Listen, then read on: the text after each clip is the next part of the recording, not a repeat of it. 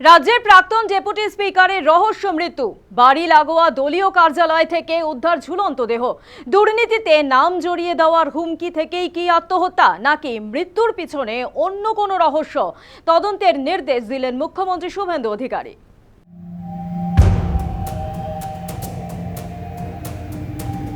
রহস্য মৃত্যু রাজ্যের প্রাক্তন ডেপুটি স্পিকার আশিস বন্দ্যোপাধ্যায়। বাড়ি লাগোয়া দলীয় কার্যালয় থেকে উদ্ধার দেহ। রবিবার সকালে রামপুরহাটের প্রাক্তন বিধায়কের দেহ উদ্ধার হয়। পাশ থেকে মিলেছে একটি সুইসাইড নোট।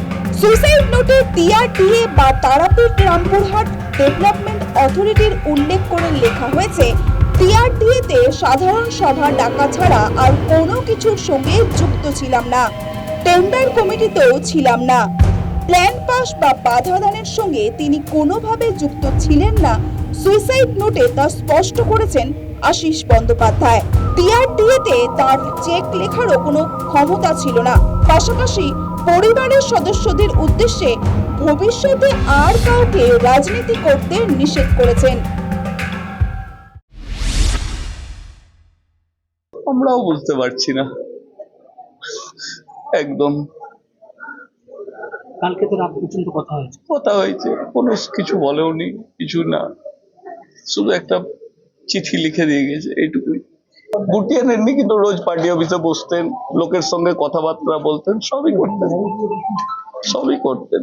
কিন্তু জেঠু যখন বলে গেছে যে আমাদের পরিবার থেকে কেউ রাজনীতি করবে না, আমরা জেঠুর কথা ফেলতে অমান্য করবো না। আর এখান থেকেই উঠছে প্রশ্ন, প্রাক্তন স্পিকারের রহস্য মৃত্যুর পিছনে কি অন্য কোনো রহস্য? কোনোভাবে তাকে ভয় দেখানো হচ্ছিল? ডিজিপি এবং এসপি বীরভূমকে নির্দেশ দিয়েছি, মোবাইল ফোনগুলো যেগুলো উনি ইউজ করতেন সেগুলো যদি পুলিশকে দেন, পুলিশ তদন্ত করে দেখবে যে দুর্নীতিগ্রস্ত কোনো লোকজন উনাকে ভয় দেখিয়েছে কিনা, যে আপনার নাম বলে দেবো আমরা।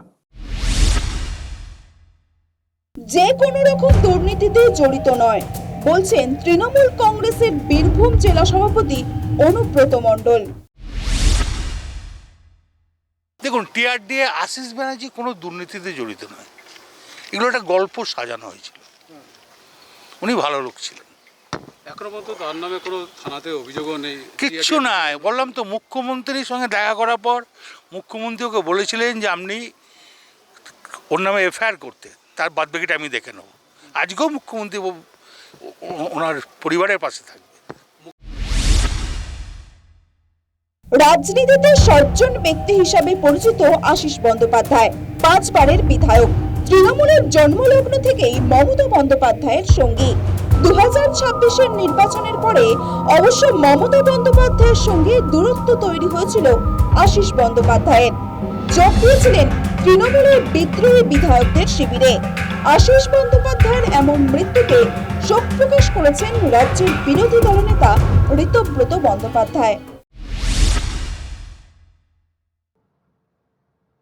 আশিসদার এই মৃত্যু অনেক প্রশ্ন তুলে দিল। একটা সরকার কখনো না চাইলে যেমন দাঙ্গা হয় না, তেমনি চুরি দুর্নীতিও হয় না। আশিসদার মৃত্যু, এই মর্মান্তিক মৃত্যু নিশ্চিতভাবে এই ধরনের অপ্রিয় প্রশ্নকেও আবার সামনে নিয়ে চলে আসছে। আশিস ব্যানার্জির পরিবার পরিজনের প্রতি আমাদের গভীর সমবেদনা। আশিস ব্যানার্জির অমলিন স্মৃতি, সেই অমলিন স্মৃতি অক্ষয় হোক। আশিসদার বিদেহী আত্মার আমরা শান্তি কামনা করি। বরাবরের মতো এবারও স্বাধীনতা দিবসে পতাকা তুলেছিলেন আশিস বন্দ্যোপাধ্যায়। দিনভর ভালো মেজাজেই ছিলেন, কিন্তু হঠাৎ কি থেকে কি হয়ে গেল? প্রাক্তন ডেপুটি স্পিকারের মৃত্যু কি আত্মহত্যাজনিত কারণে, না অন্য কিছু? খতিয়ে দেখছে পুলিশ। News time.